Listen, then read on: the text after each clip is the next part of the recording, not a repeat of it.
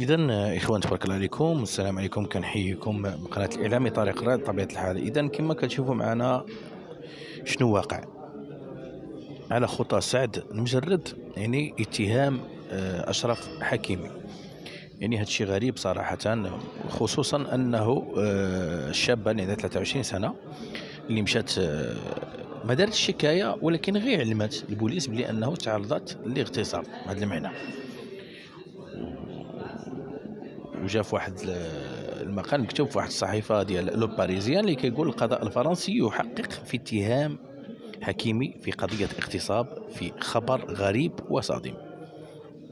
يعني كشفت المصادر الاعلاميه الفرنسيه يوم الاثنين ان السلطات الفرنسيه غادي تحقق مع اللاعب اشرف حكيمي في قضيه ديال اعتداء جنسي. حسب موقع الصحيفه ديال لو باريزيان، الشابه توجهت لمركز ديال الشرطه نهار الحد كتزعم بانها تعرضت لاغتصاب من طرف اللاعب اشرف حكيمي، لاعب باريس سان جيرمان ولاعب المنتخب المغربي بطبيعه الحال. ومصدر كيوضح ان الضحيه اشارت انها لا ترغب في تقديم شكايه، وهذه هنا كتطرح علامه استفهام بطبيعه الحال. بل مشات غير تكشف على الاغتصاب ديالها من قبل حكيمي. يعني مادام انك ما بغيش تقدمي شكايه، علاش ماشي غير تعلمي؟ وفي هذا الاطار بطبيعه الحال تحرك المكتب ديال المدعي العام في القضيه، ودابا المحققين كيحققوا في هذا الملف هذا اللي تجمع يعني على اساس الاقوال ديال المدعي.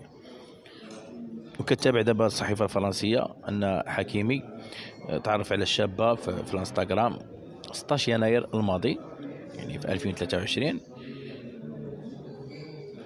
والسبت 25 فبراير، يعني غير هنا يعني ماشي بزاف. الا قلنا السبت 25 فبراير، هذا السبت هذا مشات الشابه للدار ديال اللاعب في الليل على متن سياره اوبر اللي طلبها لها حكيمي.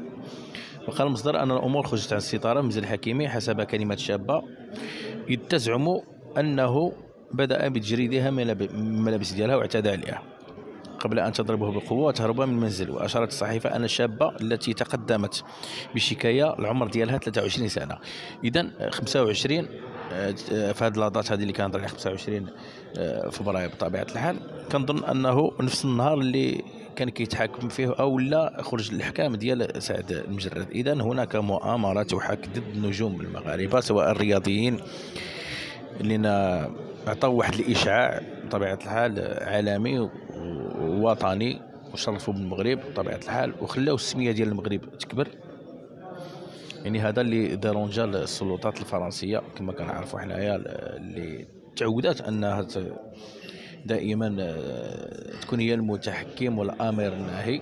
ولكن بطبيعه الحال كنشوفوا حنا العهد تاع محمد السادس قطع مع هذه الممارسات، ولات يعني ولا المغرب عنده مكانه ديالو في افريقيا وفي العالم بطبيعه الحال، أصبح من الدول العظمى والقوية التي تفرض الرأي ديالها بطبيعة الحال. دبلوماسية قوية، نجاح في جميع القطاعات الفنية والرياضية والسياسية ومجموعة الأمور بطبيعة الحال.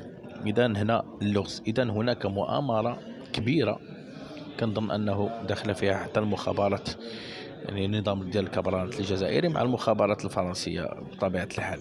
إذا حتى في القضية تاع سعد المجرد 7 سنين وهما ساكتين، يعني عاد حركوا مسطره. يعني هادو اوراق ديال الضغط على النظام المغربي بطبيعه الحال باش يوصلوا لشي حوايج شنو هما الله اعلم. ولكن الايام القادمه ان شاء الله حنا متاكدين بان الدوله المغربيه وصاحب الجلاله ان شاء الله غادي يكون واحد التدخل حازم، لانه هذا الشيء هذا راه ماشي معقول. اذا كنحييكم، ما تنساوش تابوناو وتبارطاجيو هذا الفيديو.